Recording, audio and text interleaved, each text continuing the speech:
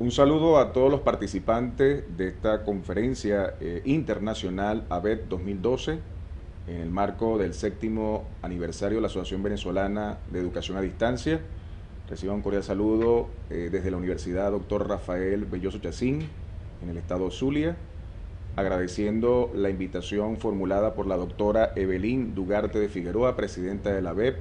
bajo la coordinación también de la doctora Ibori Mogollón de Lugo, por invitar a este servidor a compartir con ustedes en los siguientes minutos el tema impacto de la tecnología en la educación a distancia y por supuesto hablar un poco también de la experiencia que hemos tenido como investigador, como docente y gerente de procesos educativos en línea y también como autoridad de la URBE. En la mañana de hoy estuvimos compartiendo en un foro sobre lo que era la importancia de las redes sociales en la visión del estudiante y en esta tarde vamos a profundizar un poco más lo que ha sido el impacto de las tecnologías de información y comunicación en la educación a distancia, que ya no solamente queda delimitado a modelos exclusivamente de e-learning, blended learning o mobile learning, sino que también ya se están incorporando ciertas aplicaciones al aula de clase de manera tradicional. A manera de reflexión inicial, quisiéramos obviamente analizar a través de una infografía dos conceptos que muy a menudo hablamos de ellos y quisiéramos evaluar lo que ha sido la evolución de la web 1.0 a la web 2.0. Obviamente cuando nos referimos a la web 1.0 es el nacimiento inicial de las páginas web, donde existía un webmaster que colocaba contenidos en un sitio. Estos contenidos en su mayoría eran contenidos informativos, planos, no garantizaban interactividad con el usuario y por supuesto a través del internet el internauta o usuario de esta página simplemente accedía a la misma para enterarse o estar en contacto con la información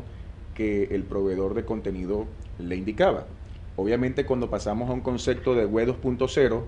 cambia un poco el sistema de vinculación. Ya no solamente tenemos el webmaster que coloca contenido, sino que comienzan a existir otros actores ante el sitio web, que lo hablamos como internautas, autores o editores de contenido para la web.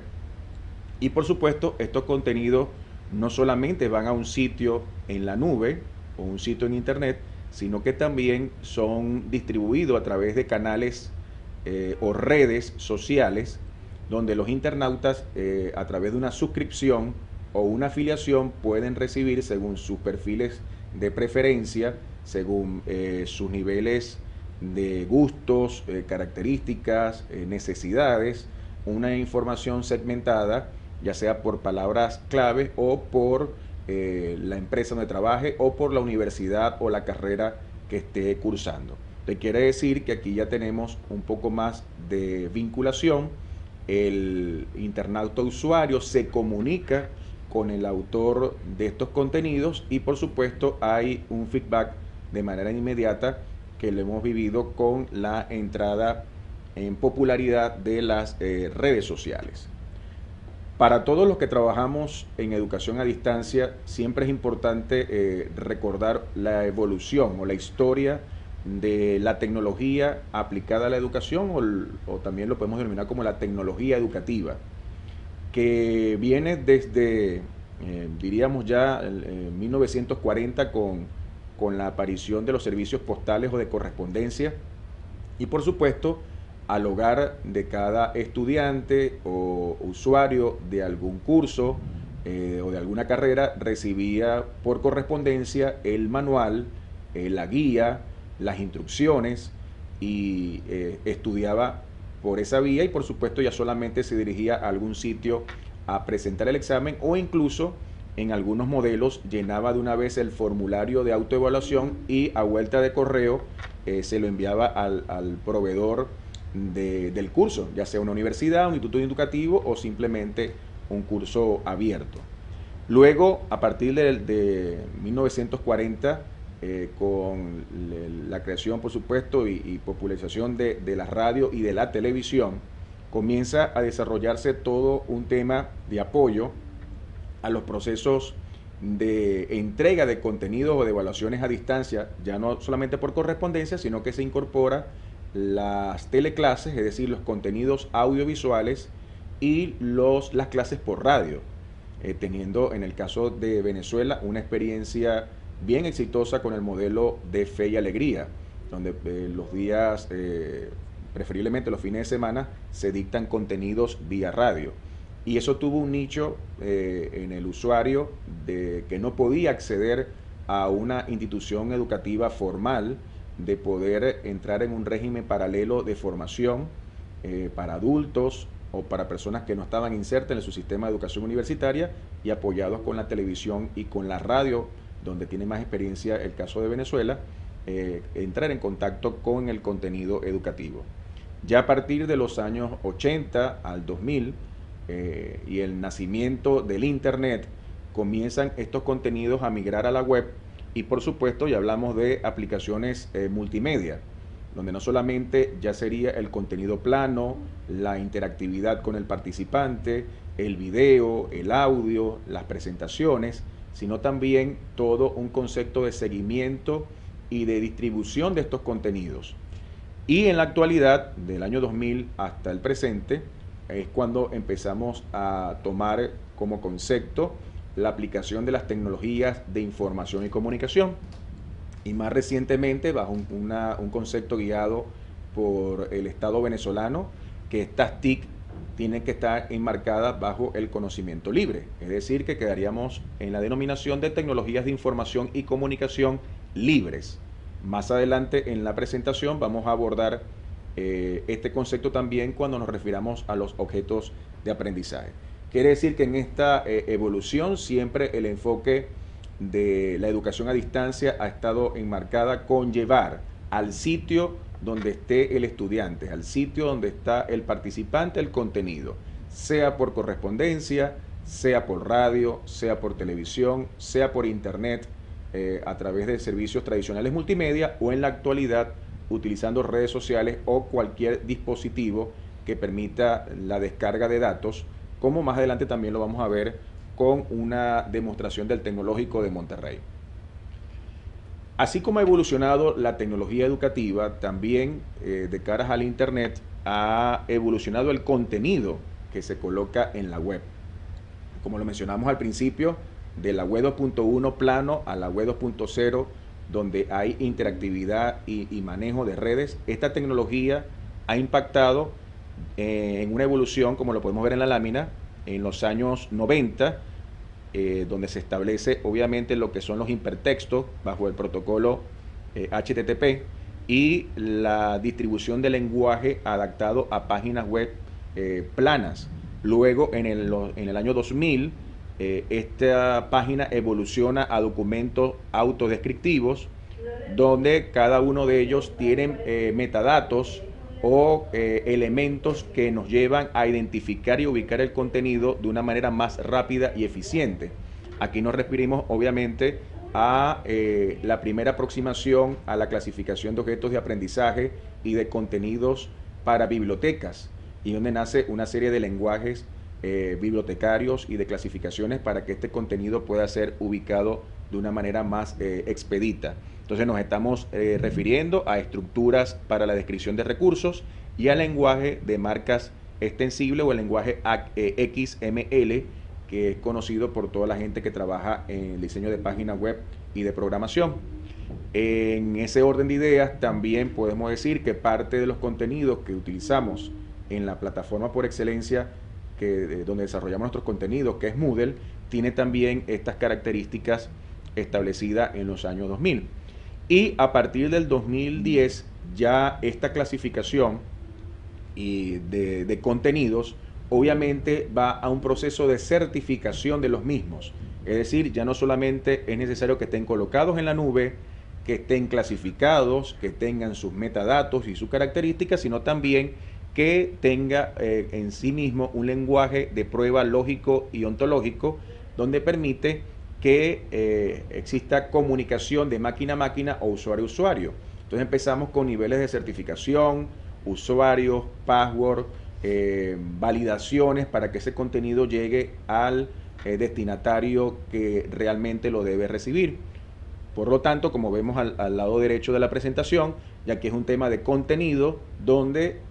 lo que vayamos alojando en las diferentes redes sociales o en los diferentes repositorios de contenido que tengamos institucionalmente, debe tener la clasificación requerida para que el usuario la pueda acceder en cualquier momento y desde cualquier lugar. Fíjense que hemos analizado Web 2.1, Web 2.0, el desarrollo de la tecnología educativa como impacto siempre que ha estado en los estudios a distancia y la evolución también de cómo enfocar el contenido. Ahora bien, ¿qué viene en los próximos años? Quizá ya muchos de ustedes han estado en contacto con esta filosofía de trabajo y es una filosofía de creación de contenidos para las redes y para la web. Y es lo que los conocedores de la materia han denominado como la web 3.0. La tecnología va tan rápido que todavía no terminamos de digerir qué es la web 2.0 y ya estamos frente a otro enfoque filosófico del manejo de contenidos en la nube, como es la 3.0, que los autores la han denominado como una web semántica. Es decir, es la construcción de contenidos en la nube. Esta construcción, como lo ven en el gráfico, ya no solamente es un webmaster que diseña una página, autores de contenido que la colocan, canales de comunicación como un RSS o una red social, sino también que el propio usuario en algún momento se transforma en autor de contenido y puede aportar información a ese contenido, modificarlo o simplemente desarrollar contenidos paralelos al mismo. Y se va gestionando el conocimiento en tiempo real. Porque aunque sea a través de herramientas síncronas o asíncronas, siempre tenemos que entenderlo que el tiempo es real. Es decir, cuando el participante, el estudiante universitario, el docente universitario o el investigador de posgrado ingresa a un sitio estructurado en Web 3.0, obviamente ingresa a aportar, a contribuir con su opinión, con su punto de vista, con su análisis, ese conocimiento que se está construyendo día tras día. Obviamente la filosofía 3.0 es un nuevo concepto de comunicación, es un concepto de comunicación en todos los sentidos y quizás allí es donde está el principal reto para las universidades, para las autoridades de las universidades que deben ir a la par de este avance tecnológico aplicado a modelos educativos, para los docentes, porque obviamente los docentes tienen que investigar y actualizarse en cada momento para que los estudiantes no sobrepasen las expectativas que tienen de los docentes, y por supuesto para ya las empresas o proveedores de servicios que deben ir brindando soluciones adaptadas al mundo universitario. Todos sabemos que esto ha sido un tema donde los proveedores de servicios han tratado de siempre mantener su aspecto mercantil y no han entendido que el conocimiento es universal y que la distribución del mismo debe ser libre, y entramos en algunos aspectos legales y comerciales que será motivo de análisis en otras conferencias, pero que indiscutiblemente entendemos allí de que debe haber pronunciamiento por parte del Estado venezolano, debe haber políticas claras en cada una de las universidades y también debe haber una predisposición de los autores de contenido a ceder parcial o totalmente esas creaciones que están produciendo en cada momento. Entonces es una filosofía 3.0, un nuevo concepto de comunicación como lo señala la lámina, que se basa en una serie de aplicaciones, en su mayoría obviamente libres, gratuitas, colaborativas, sociales, que dependiendo la veracidad y autenticidad de los actores intervinientes en esas redes, se determinará la producción o no del contenido, la calidad o no del contenido. Si son redes de personas autorizadas, de investigadores, de docentes, obviamente el nivel del contenido va a ser óptimo. Si son redes totalmente abiertas donde todos pueden opinar, el llegar a establecer una sola opinión o un solo concepto quizá también es un poco cuesta arriba. Entonces, ¿qué nos depara en un futuro cercano, ¿qué nos depara para el 2013? ¿Cuál es el reto que tiene los que diseñamos contenidos en línea? Ustedes como participantes de esta conferencia internacional de la BEP, todos los que estamos enamorados de la educación a distancia, es que obviamente pasamos a una etapa de creación en línea de contenidos. Ya no estamos solamente en nuestros escritorios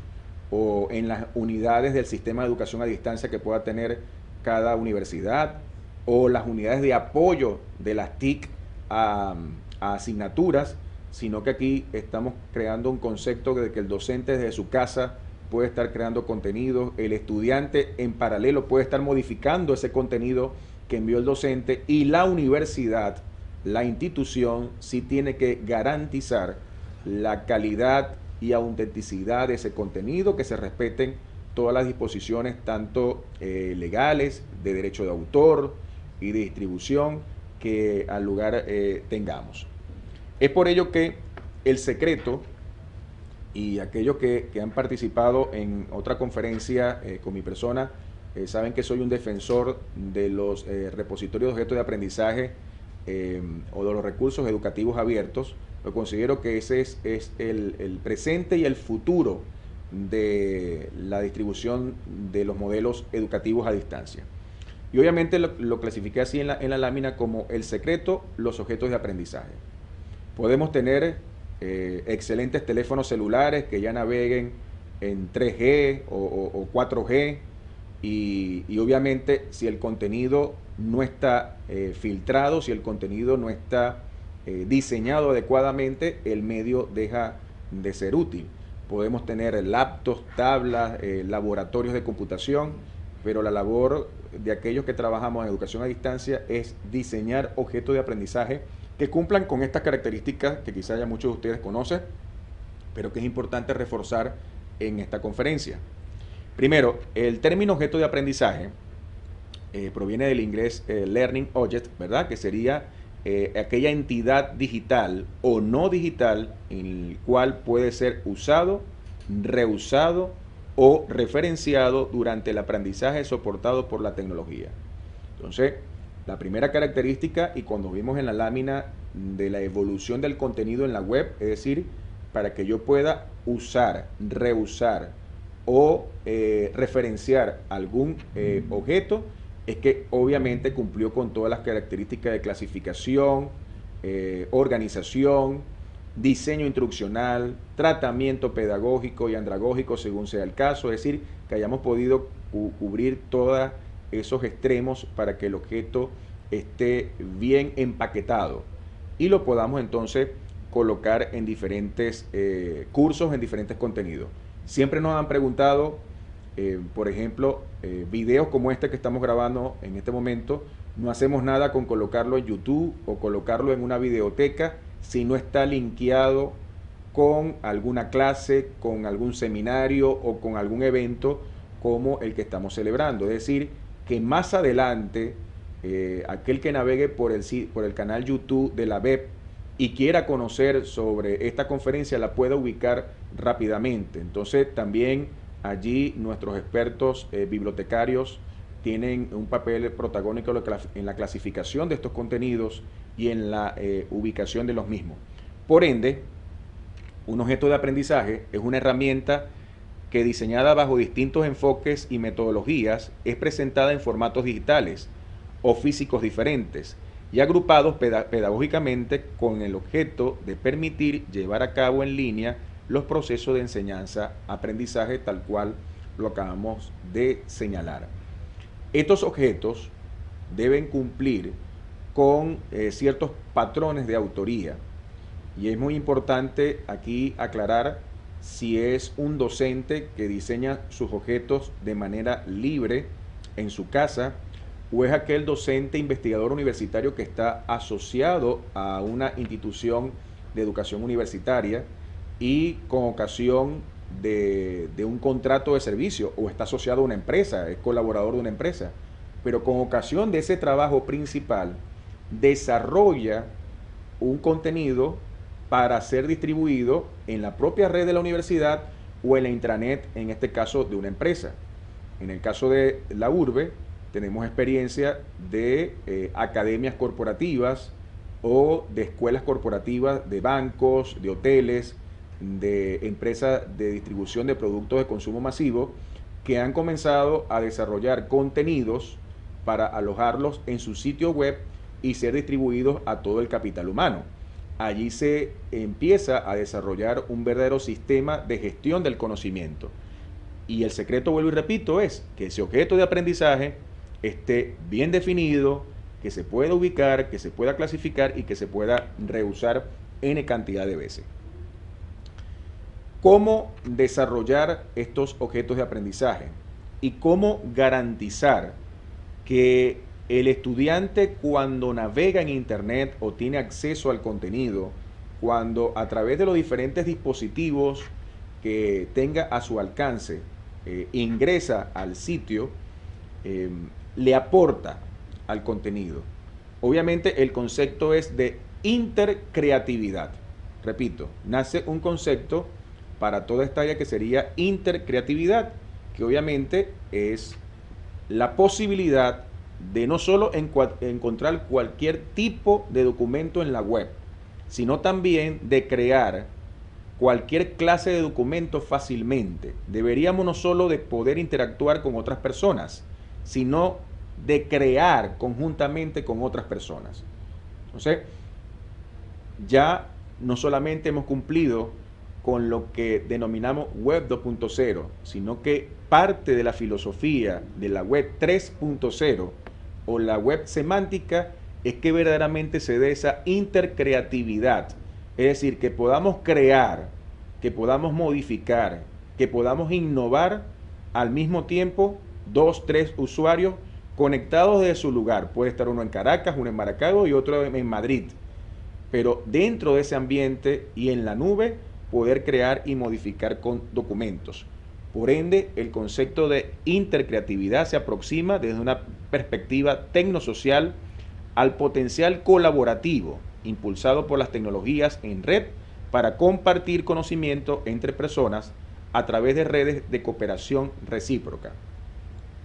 Muchos estudiantes y docentes, y quizás también muchos de ustedes en esta conferencia y en sus universidades, en sus empresas,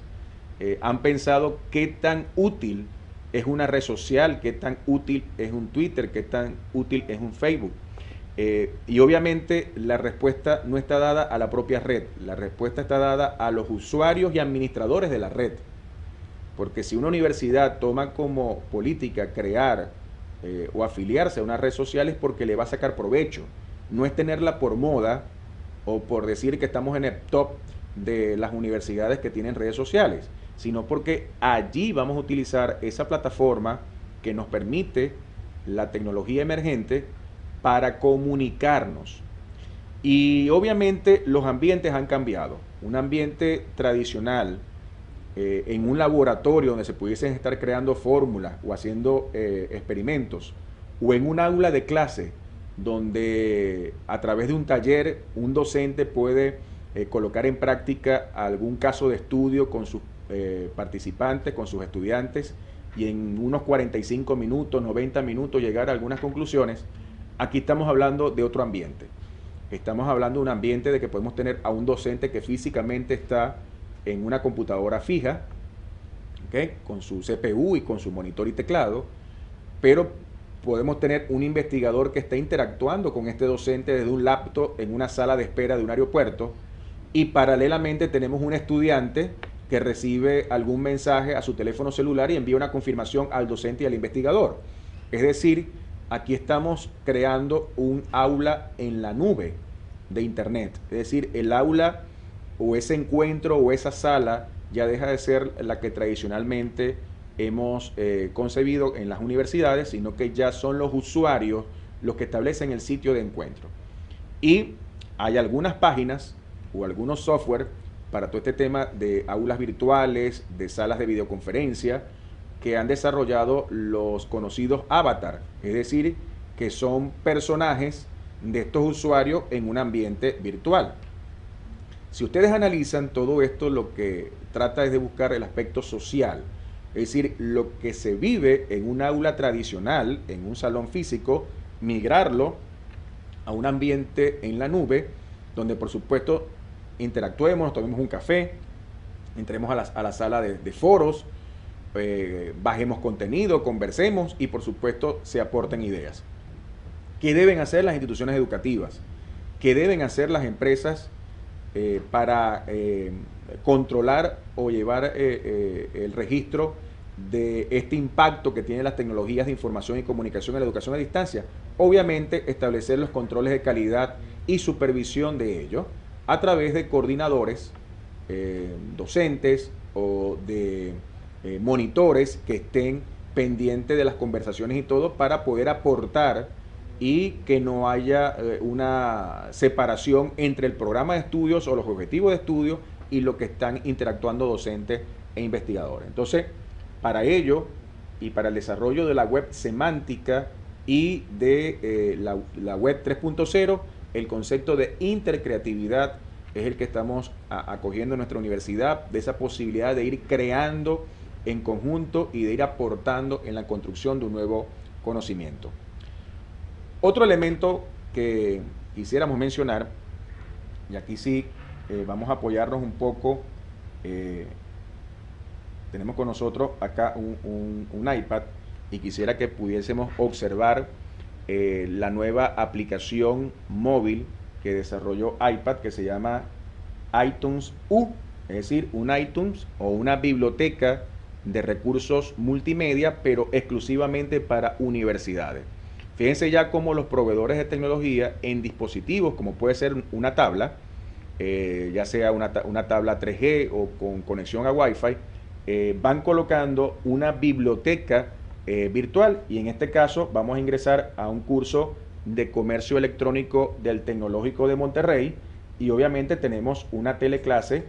del Tecnológico Monterrey, la cual se puede observar cuantas veces uno quiera, puede retroceder, puede obviamente ver el contenido de esta clase cuantas veces usted desee, como lo acabo de señalar, y está disponible de manera gratuita, de manera libre, para todos aquellos que quieran suscribirse al sitio.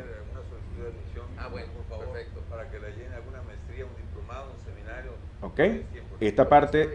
del contenido nos permite no solamente ver conferencias magistrales, teleclases, distribución de presentaciones, sino que también ya la universidad está llegando a diferentes formatos o dispositivos, o como puede ser en este orden de ideas, también la posibilidad de que un participante pueda acceder de su dispositivo celular a una aplicación, como lo hemos denominado nosotros, Urbe Móvil, y consultar su horario, conversar con el profesor, ver la distribución de los contenidos en línea, es decir, una serie de aplicaciones que están disponibles desde su teléfono celular, o incluso ingresar a un Moodle en la versión móvil.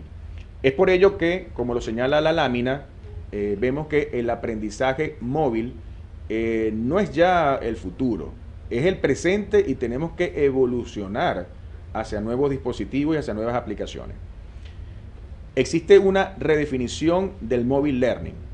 al ser considerado como un abordaje educativo que desarrolla herramientas mentales efectivas que permitan comunicarnos e intercambiar ideas aún más rápida y eficientemente con nuestros colegas. En la infografía que tenemos allí, obviamente estaría presente lo que es el centro de producción, es decir, todavía lo que es el cerebro o el NOC de la universidad o de la organización en cuanto a la producción del contenido, que en este caso marcado principalmente por los docentes o los autores de estos contenidos. Luego el desarrollo de una tecnología educativa, ¿ok? Es decir, cuando ese contenido es abordado por especialistas en el diseño instruccional, en el diseño gráfico y en la programación. Generalmente todo esto va a un área de sistemas o a un data center, y aprovecho para felicitar al equipo de ingenieros que trabaja en el data center del sistema de educación a distancia de la Universidad Central de Venezuela por estar brindando no solamente el hospedaje del contenido de esta conferencia internacional ABET 2012, sino también de colocar todas las aplicaciones y enlaces necesarios para que esto sea posible. Al igual también que agradecer al equipo de televisión educativa de la Universidad Rafael Belloso Chacín por estar desarrollando la grabación de esta conferencia. Pero fíjense, estamos en este caso viendo que no solamente es la captura de la información, el tratamiento tecnológico, la distribución a través de carrier o de contenido, ya sea que el video lo vayamos a colocar en YouTube, en el canal de la web, o ustedes lo acceden a través de Illuminate o de Blackboard Collaborate o de cualquier otra plataforma de aulas virtuales. Y por supuesto eso llega a docentes y estudiantes dentro de la distribución del mismo. Este ciclo de aprendizaje móvil o de creación de contenido móvil no solamente va enmarcado en lo que se pudiese denominar un teléfono móvil. Es importante señalar de que no todo este contenido va a un móvil. Puede perfectamente ir a una tabla, puede perfectamente ir a un laptop o puede estar colocado en la nube. Y es importante luego al finalizar, cuando hagamos algunas conclusiones de esta conferencia, el desarrollo de la iniciativa de un aula en la nube, ¿okay? O el desarrollo de repositorio de objetos de aprendizaje. Entonces, en líneas generales, la evolución del concepto de aprendizaje móvil no lo tenemos que ver ya exclusivamente desde un teléfono celular, sino aquel contenido que pueda ser abordado desde diferentes dispositivos para desarrollar eficientemente herramientas que nos permitan comunicarnos con nuestros colaboradores, docentes, estudiantes o el resto de los que estén integrados dentro del modelo de educación a distancia. Yo quisiera, esto va a ser una conclusión un poco extensa, pero que podamos, y luego entiendo que también van a tener la presentación en PowerPoint para que ustedes la puedan descargar y ver sin mayor dificultad, que analicemos algunas megatendencias tecnológicas de los estudios a distancia.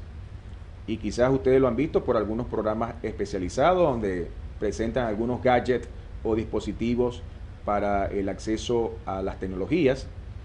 Y obviamente reforzar que ahora estamos frente a un aprendizaje móvil pero touch. La tendencia es que todo sea táctil,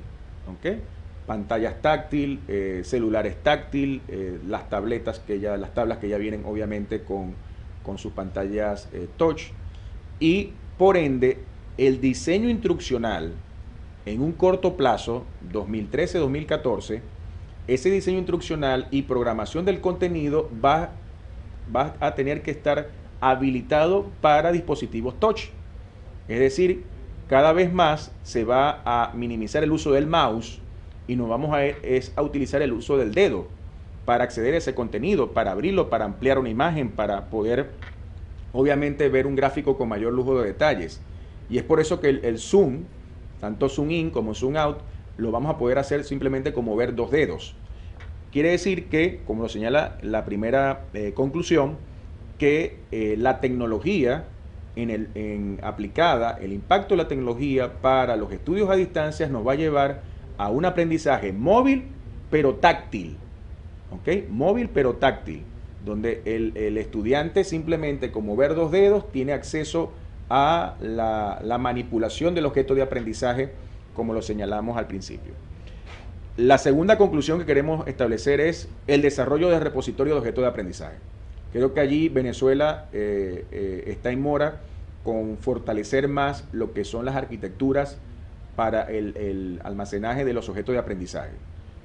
Tenemos las universidades un compromiso de aportar en igual de condiciones a este repositorio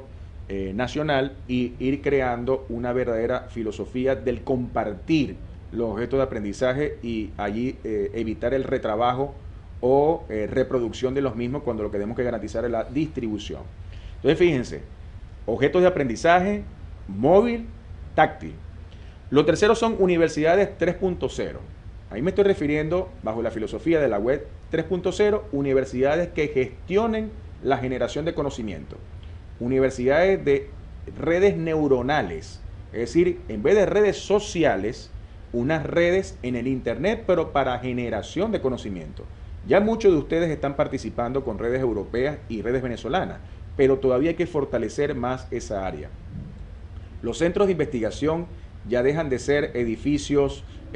amplios con cubículos, investigadores y grandes bibliotecas donde ellos están desarrollando sus teorías y evaluando las prácticas. Aquí nos estamos refiriendo a una generación de conocimiento descentralizada, donde cada quien desde su sitio aporte a la generación de esta universidad 3.0,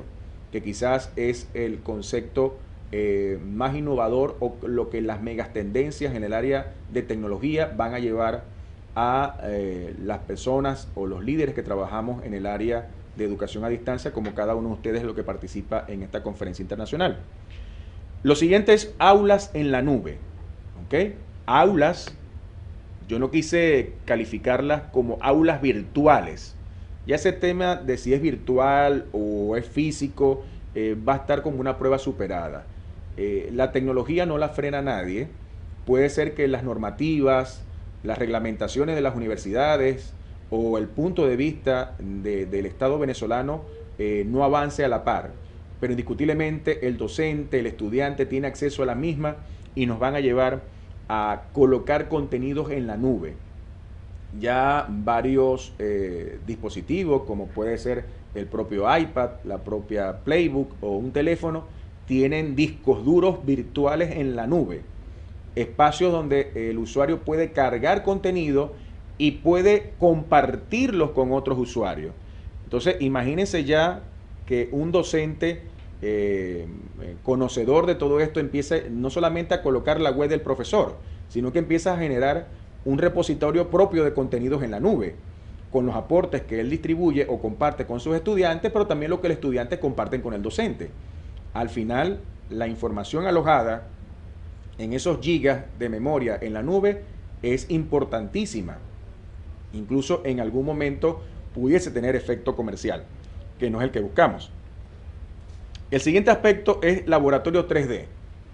Y no se extrañen, y de hecho ya existen algunas universidades que al ingresar a un laboratorio le den unos lentes 3D al estudiante. Es decir, en vez de ir a una presentación normal con un video BIM en 2 dimensiones, ya tengamos atlas geográficos, anatomía del cuerpo humano, análisis de una maquinaria o de un proceso productivo, y que el estudiante y el docente pudiesen interactuar en un ambiente 3D para darle mayor realidad a la clase o al ejercicio que se esté efectuando en laboratorio. Por eso que lo hemos denominado como laboratorios 3D.